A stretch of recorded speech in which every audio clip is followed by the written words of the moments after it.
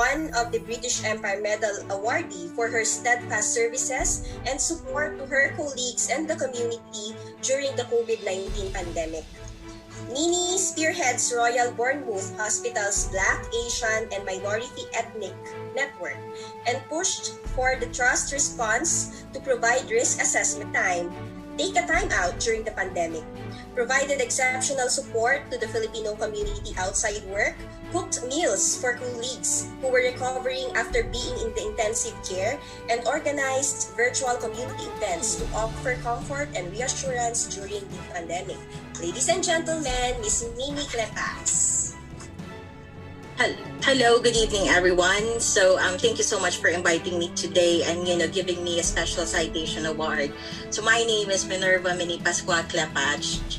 So I was born and raised in Pasig City, the Philippines.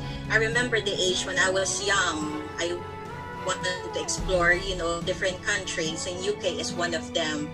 UK is a dream. And November 2001, I decided to work abroad, and one of the Philippines who started working in Bournemouth Hospital.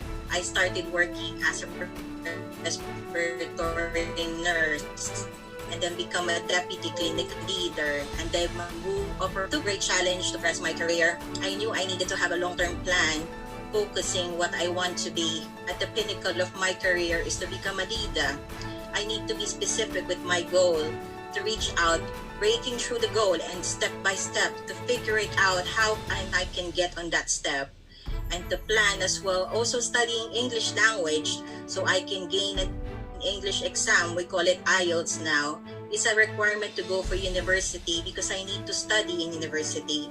I managed to achieve it, and then now I managed to also gain a master's level of advanced nursing practice. I have started to follow my dream and challenge my life by building my own resume. It doesn't simply tell a story what I want to be, but it's a story who I want to be. It's a resume not only telling what I want to accomplish in life. It's not about the titles, it's not about the position, but the story that really was my purpose in life. At the moment as well, if you stumble and you have setbacks, which I have in my journey, it's not always success really. So you have some, moments as well. If I find myself stuck in a hole and I used to face adversity, I use this story to help me to get out. My story of my true calling and the purpose of life. I'm working as a matron now in an NHS trust. I'm also a Black, Asian, Minority Ethnic Staff Network lead. Growing up in the Philippines, we use in facing of loads of kinds of calamity, and that has been tested when we hit the COVID pandemic. The fact shows that people come from ethnic minority backgrounds, especially the Filipinos, is highly disproportionately affected. A lot of the Filipinos have seriously ill and died from this virus. A year has passed, and the pandemic that I have started, numerous friends that I have lost due to the COVID. And last Tuesday, I have lost my 17th of my friend due to the virus. It was really sad, painful. It breaks my heart. This situation that I cannot really control. I can walk in two valleys. One is wisdom, and one is worry. One is blame, and one is faith. But I choose one, is staying and breaking the produces of blessing, and give an opportunity to get stronger, to get tougher and get resilience. I don't give up. I don't allow COVID to take away who I am, why I matter in this world. Find the reason of keep going and always believing in the possibility and hope. The best way is not to feel hopeless, to get up, stand up and do something. With that bearing in mind, I set my worry aside and I build confidence. I took the initiative, like you mentioned before, offer support to my colleague. I initiated the initial risk assessment to make sure the staff feel supported and helped and guided, as well as to ensure that they have physically protected by correct PPE.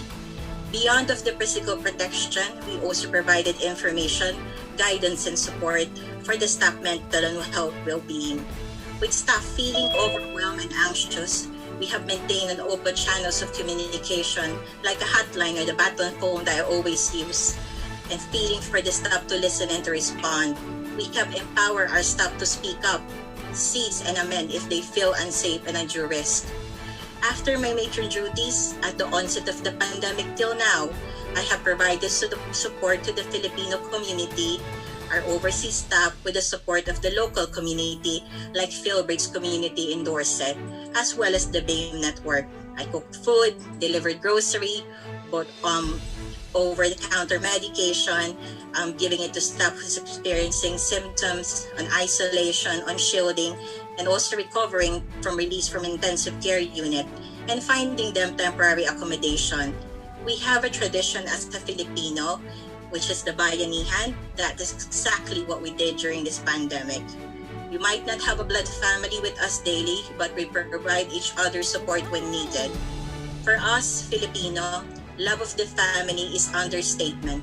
Having a Filipino family means that you are not alone and you'll never be left in need. It's often said that crisis and disaster brings the best out of people. At the onset of the pandemic, myself and I met a truly amazing Filipino nurses, which is founded the Filipino Nurses Association UK, which helped them to support the Filipino experiencing difficulties from both work and also at home, and also help them to develop their professional and personal development in their career. I'm always proud in my own little ways what I can provide support. I'm so humbled to be described as the epitome of compassionate leader by my colleagues in my community. I'm always thinking what's my purpose in life is to share an act of kindness and humanity. I will continue what I am doing. I will go out and make good things happen. If people need help, and I'll help them. I'm proud of being a woman that came in a Filipino heritage and cultural background that molded me to be strong and resilient. Being a Filipino and being a woman as well is we are kind, but we are not weak. We are strong, but we are gentle. We are intelligent, but we are humble. We are passionate, but we are rational as well. We should just stop stressing things that we cannot control and start focusing on things that we have control. Take control of your life. Take opportunities. Make impact. Try to bless lives. Develop people. Make the world a better place by sharing an act of kindness. And that's the effect you have in others are the most valuable currency that there is. Fill the world with hope and you will fill yourself hope. Take a challenge of paying it forward. It takes one of us to make a difference. And I know that you can make a difference. So thank you so much for, I would like to congratulate all of the nominees for today's award. All of you are winners already. And thank you so much for giving this award. I'd like to dedicate the Citation Award to all of the Filipinos that we have lost during this COVID pandemic. So thank you very much. Thank you.